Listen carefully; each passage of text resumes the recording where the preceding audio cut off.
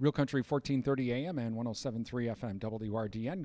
Once again, good morning. I'm Brian Winnikins as we continue our spotlight on the Weiss family. Thank you to Dairy Farmers of Wisconsin. Once a month, the last full week of every month, we're featuring a dairy farm family.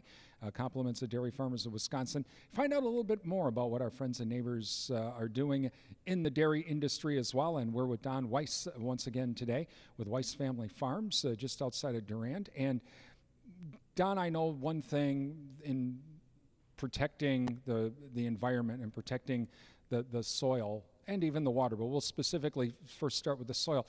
Your family was named, I think, Conservationist of the Year in 2021. That's a pretty nice, you have to be pretty proud of that. And I would think that your grandfather, great-grandfather would also be proud of that.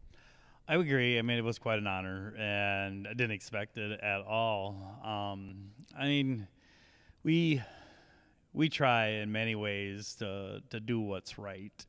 You know, this is our life. I mean, and you only get one chance at it. And my great-great-grandfather and everybody before me, you know, tried to do it right, and so that there was a succession for the future for somebody else. So that's what we're trying to do here too. Now you mentioned, as the farm has grown, how many acres are you using to grow corn, soybeans, alfalfa, and all that, because you have to feed the cows? So how many acres do you have now?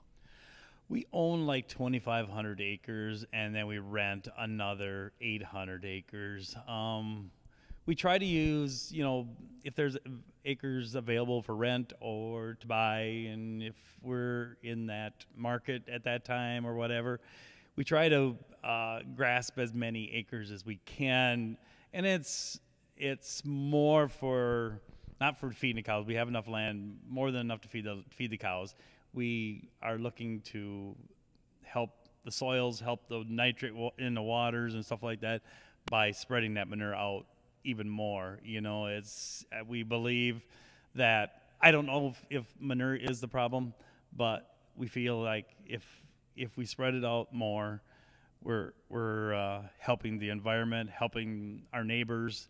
We actually work with a bunch of our neighbors to actually spread on their land. If we're going by their land, we've actually got to put their land into our 590 plan and get it all approved. And once it's approved, we are able to put manure on their land, and it makes it so where we're not putting it on there every year. We go, I think that one farm, we hadn't gone there for 5 years. I mean, so it's a big thing for us to make sure that we're spreading that manure out and doing things right. The other big thing is okay, 2,500 acres you own, 800 you rent. I've seen it here in Pepin County. The first 5 rows are sand, the next 5 rows are a combination of sand and clay, the next 5 rows are clay, the next 5 rows are sand, clay, and it's on an angle. And I mean, you got quite the puzzle here with all the different types of land, I'm just saying. Yeah, definitely. Yeah, we go from sand to heavy ground to hilly ground to peat. You never know what you're going to run into.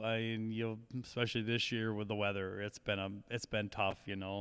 You pick and choose what ground is going to be ready, so that you can, when you do that many acres, you gotta be kind of careful, because you got to get it done on a reasonable time so that everything comes together at harvest time. So, you really gotta, and you gotta do it right, and you gotta do it, seems like you gotta do it fast, So we're looking, we'll start on the sands, and we can knock that out just about any time. We can have an inch of rain yesterday, and today we're going on a sand planting corn. I mean, when we started there, I think, was it May 3rd, we got an inch and a quarter the day before. The next day at 3 o'clock, planter drives away, and it's like, the dust is rolling, and it's like, wow. But heavy ground, you're afraid of sliding off the hills and stuff like that. So yeah, it's a challenge, but if you do it enough, after a while. So do you, what type of cover crops do you use? Mostly just cereal rye is all we're doing. And Brother Dan and I don't know, Dan's been gone for 14 years, but we've had to have done that for 20 years at least.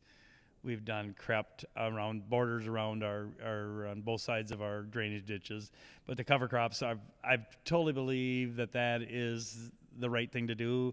It's not just holding moisture erosion; it's holding wind erosion, which is so huge. In wintertime, we get, like last winter, we get a bare winter or whatever. Just about, well, we did have a bare winter. You know, those winds blow, that dirt's gonna move. But if you got a cover crop out there, it holds it in place, and there's biology in that soil, because that crop, that cereal rye, is growing all the time, even though it's froze. But that is growing all the time, and that soil biology it never stops working, and it's, you know, it's alive. Soil, people don't realize, but the soil is alive, and we're finding that out more and more every day by the new things we've been trying to actually, instead of using as many fertilizers, we cut back and tried to make the soil more, I don't know how you want to say it, more alive, basically. And they say it releases what's in the soil that's already there that we're not using. So it's if we just keep that biology working in the soil, I think the soil is going to take care of us. Now, the other thing with 2,500 acres, it gives you the opportunity. You say yes to almost any research project that Extension comes up with. From the cover crops, you've done a lot of stuff with you've tried different, you know, you primarily do the rye, but you've tried different things. I think the turnip radish and some of these other things. But a few years back, nitrate fixating corn, and when, you know, at the time when Extension, when, you know, we were chatting a little bit, I'm like, what? Oh yeah, we're going to have it at the Weiss farm. Only the Weisses, they'd agree to this. Tell us, why do you like to do stuff like that? Well, like I said, we're trying to, I know there's a problem. You know, when we have a small problem here, we don't have the super high nitrates, but we have nitrate problems. And my kids live here, I live here, my grandkids live here. You know, we want to try and figure it out what we need to do to fix this. And if we don't try, you know, the nitrate fixing corn sounded like a great idea.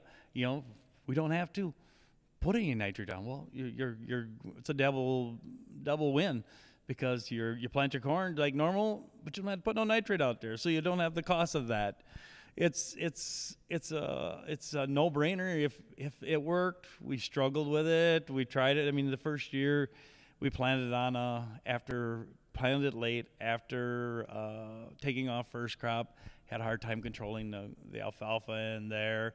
So we tried it again next year and tried it again the following year with some fairly reasonable results.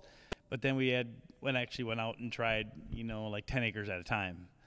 And we just couldn't get the success that we were looking for. But, you know, those are the things you got to try. Just like pivot bio. I mean, there's another one. I mean, it's you do pivot bio 40, you know, you reduce nitrogen by 40 pounds the acre.